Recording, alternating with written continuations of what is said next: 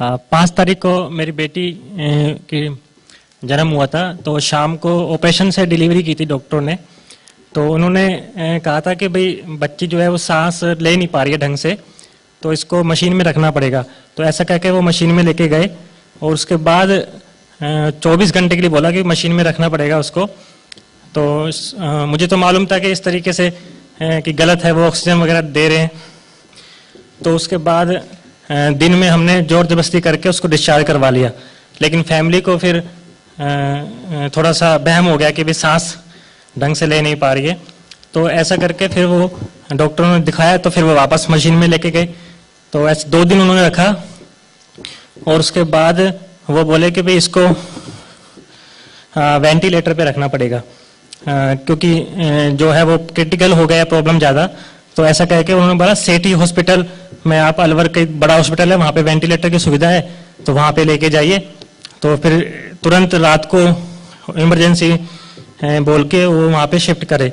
और सेठी हॉस्पिटल में उन्होंने पूरा लिखवा लिया हमसे कि भी वेंटिलेटर पे रखना पड़ेगा और हमारी कोई जिम्मेदारी नहीं है, आप अपने जिम्मेदारी पे बच्ची को यहाँ पे शिफ्ट कर रहे हैं, वो सारी चीज़ें कर रहे हैं। तो मुझे घबराहट होने लगी कि भी ये ऐसा कैसे कर रहे हैं, वेंटिलेटर का सर से सुना था हमने। तो मैंने वीरेंद्र भाई को मैसेज डाला कि कैसे भी करके ये मेरा मैसेज जो है डॉक्टर से बेसुरूप तक पहुंचा दीजिए, ताकि मैं इसको हैंडल कर पाऊँ कि कैसे करना है। तो शाम को अगले दिन 5 बजे सर का फ़ोन आया मेरे पास और उन्होंने कहा कि इमिडिएटली उसको डिस्चार्ज करवाइए। फिर हमने डॉक्टर को बोला कि हमें इस तरीके से डिस्चार्ज करना है। तो डॉक्टर बोले कि वेंटिलेटर पे बच्चा है, ऑक्सीजन लग रही है, आप कैसे लेके जाएंगे। तो भी सर ने सपोर्ट किया हमको और फिर हमने उसको वहाँ से डिस्चार्ज किया। और जैसा सर ने कहा कि भाई बेटी को दूध के साथ लगवा देना माँ के और टच में रखना ताकि कोई दिक्कत नहीं आएगी, और वैसा ही हमने किया। और अब बेटी बिल्कुल ठीक है।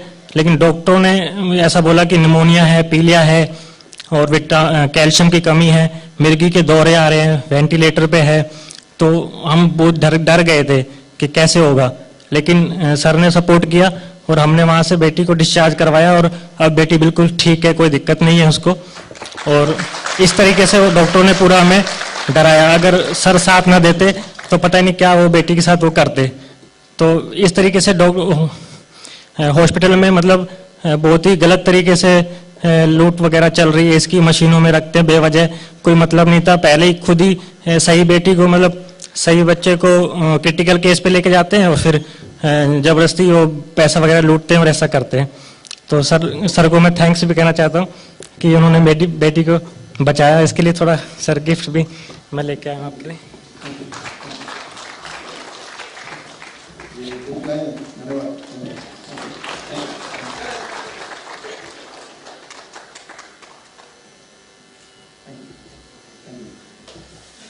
तो यहाँ पे ये तो थे मनीष, और हमारे यहाँ पे हमारे मित्र हैं वीरेंद्र। एक बार आप खड़े हो जाओ जहाँ भी हो आप, अगर हो तो यहाँ पे।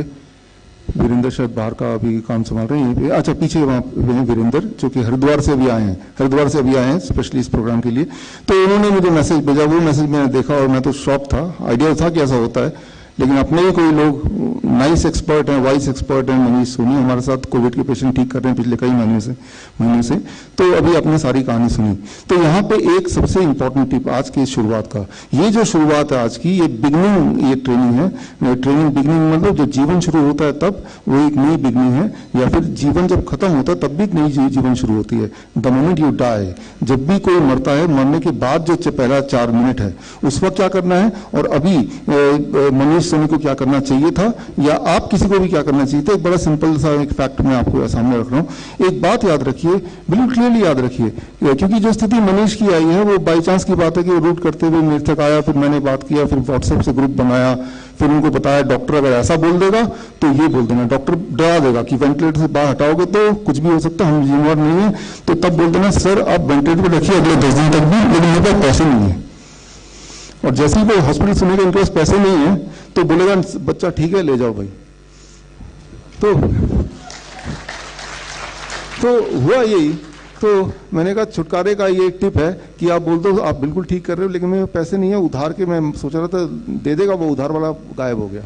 ठीक है। तो ये तो हुआ इनकी कहानी, लेकिन ये कहानी किसी के साथ भी हो सकती है, राइट। तो पहले बात तो ये आप ना समझें कि अगर आपके पास बच्चे को खिलाने के लिए नहीं है, खिलाने के लिए है ऑलरेडी, तो आपका बच्चा बच्चे से कोई निवाला नहीं छीनेगा या बच्चे को आपसे नहीं छीनेगा, ऐसा नहीं है।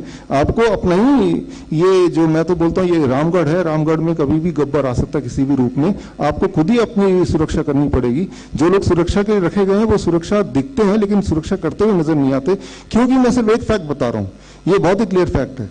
जब भी कोई बच्चा पैदा होता है, याद रखिए, जब भी कोई बच्चा पैदा होता है तो उसकी मेडिसिन, उसका अमृत, उसका खाना वो साथ में लेके आता है, वो है माँ का दूध, राइट।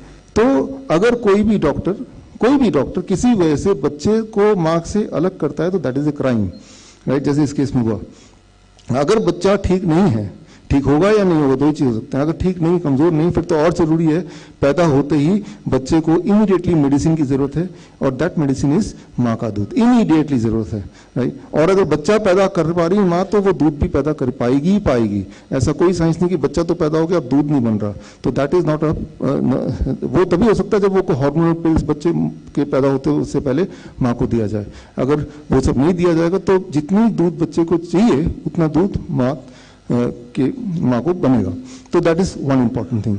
और सांस लेने की दिक्कत है, ऐसे हो सकता है कई बार, राइट। ऐसे में दुनिया का सबसे बेस्ट वेंटिलेटर उतने छोटे बच्चे के लिए है माँ की गोद, राइट। माँ को चिपका के ही रखना है, और बस यही दो फॉर्मूले हैं, और थोड़ा बहुत धूप और हवा, ये तीन ही फॉर्मूले हैं। इसके अलावा अगर कोई भी डॉक्टर आपको बोलता है कि ऑक्सीजन पे लगाना है, देखिए ऑक्सीजन हमारे बॉडी को नहीं जरूरत है, हमारे बॉडी को जरूरत है एयर की। एयर, इसके बारे में आगे मैं बताऊंगा, एविडेंस भी दिखाऊंगा आपको। Body needs air, body don't need oxygen, right. आपने देखा होगा कोई भी क्रिटिकल पेशेंट या so called critical patient hospital पहुंचता है, सबसे पहले क्या करते हैं, मुंह में ऑक्सीजन लगा देते हैं। भाई आप एक बात समझो कि हमारा जो बॉडी बनी है वो ऑक्सीजन के लिए नहीं बनी है, दैट इज फॉर एयर। हवा गया ना, ऑक्सीजन थोड़ा ना गया, उसमें oxygen is small part of it, 20-21% है, बाकी और एलिमेंट्स हैं, वो भी जरूरत है तभी बॉडी के अंदर गया, राइट। आपका जो स्कूटर है वो पेट्रोल से चलता है, लेकिन अगर मैं बोलूं इसमें जेट फ्यूल डाल दो, जेट फ्यूल जो हवाई जहाज वाला वो बहुत ज्यादा महंगा है, तो क्या वो पेट्रोल ज्यादा अच्छा चलेगा? वो नहीं चलेगा, क्योंकि आपका जो स्कूटर है it is design for petrol. तो पेट्रोल के अलावा कोई भी फ्यूल, चाहे वो कितना महंगा कितना प्योर क्यों ना हो, वो नहीं चलने वाला, राइट। सो सिमिलरली अगर कोई आपको किसी भी कंडीशन में, फॉर एनी कंडीशन, अगर वो ऑक्सीजन मास्क लगाता है तो एविडेंस बेस्ड दो तरह की चीजें हैं कि ज्यादातर लोग क्या कर रहे हैं, ज्यादातर हॉस्पिटल क्या कर रहे हैं, प्रचलन में क्या है, ये दूसरा सबूत क्या कहता है। अब आप किस चीज को मानेंगे, प्रचलन में क्या है वो मानेंगे या सबूत क्या कहता है अभी तक का एविडेंस क्या मानेंगे? तो मैं अभी सबूत की बात कर रहा हूं, प्रचलन में क्या चल रहा है वो तो आप देख ही रहे हैं। सबूत ये है कि ऑक्सीजन से अगर आप लगाएंगे तो उसमें निमोनिया होने के चांसेस बढ़ जाएंगे, उसमें ब्रीदिंग की प्रॉब्लम परमानेंट और हो जाएगी। तो किसी भी कंडीशन में ये ऑक्सीजन का जो थेरेपी जिसे बोलते हैं, ये इसकी जरूरत नहीं है, रादर ये नुकसानदेह है, पहली बात।